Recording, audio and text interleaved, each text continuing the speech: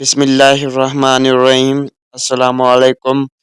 حضرت ابراہیم علیہ السلام بہت ہی بڑے نبی گزرے ہیں۔ دنیا میں جب بت پرستی کا زور ہو گیا، لوگ بتوں کو بناتے اور خود ان کی پوجا کرتے۔ حضرت ابراہیم کے والد بھی بت بناتے تھے اور بتوں کو خدا سمجھتے تھے۔ حضرت ابراہیم علیہ السلام ابھی بچے ہی تھے، وہ دیکھتے کہ میرے والد اور دوسرے لوگ خود ہی مٹی اور لکڑی سے بتوں کو بناتے ہیں اور پھر ان کو خدا سمجھنے لگتے ہیں۔ وہ حیران ہوئے کہ کس قدر بے وقوف ہیں یہ سب لوگ کہ ان بے جان مورتیوں کو خدا سمجھ رہے ہیں۔ حضرت ابراہیم علیہ السلام لوگوں سے کہتے کہ تم لوگ ان بتوں کو پوجتے ہو، یہ تمہیں نہ کوئی نفع دے سکتے ہیں نہ نقصان۔ مگر وہ جواب دیتے کہ جو ہمارے باپ دادا کرتے ہیں وہی ہم کر رہے ہیں۔ ایک روز ان لوگوں کا شہر سے باہر کوئی بڑا میلہ ہوا۔ یہ سب لوگ اس میلے میں شریک ہونے شہر سے چلے گئے۔ حضرت ابراہیم علیہ السلام اس میلے میں نہ گئے۔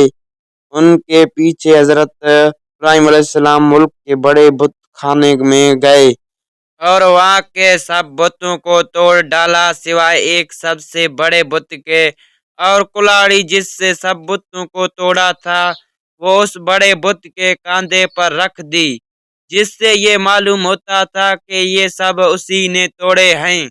لوگ جب واپس آئے اور انہوں نے بتوں کی یہ درگت دیکھی کہ کسی کا سر نہیں ہے تو کسی کا پیر نہیں، تو بہت غصہ ہوئے کہ یہ حرکت کسی نے کی ہے۔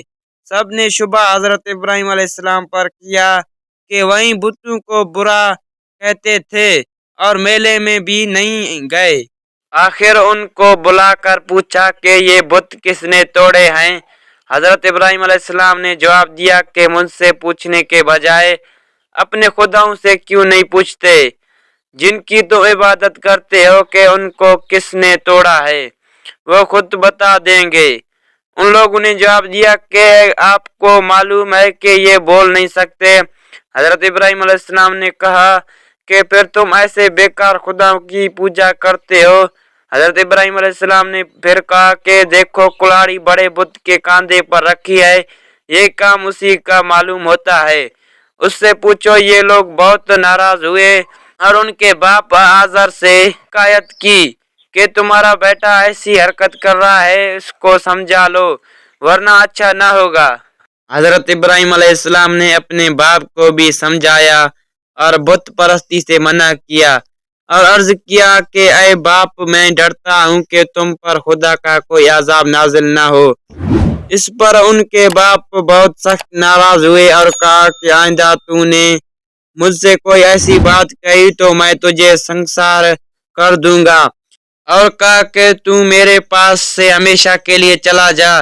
آپ نے باپ کو سلام کیا اور کہا کہ میں چلا جاتا ہوں لیکن تمہارے لیے مغفرت کی دعا کرتا رہوں گا۔ اگلا پارٹ دیکھنے کے لیے کمنٹ میں یس لکھیں۔ شکریہ۔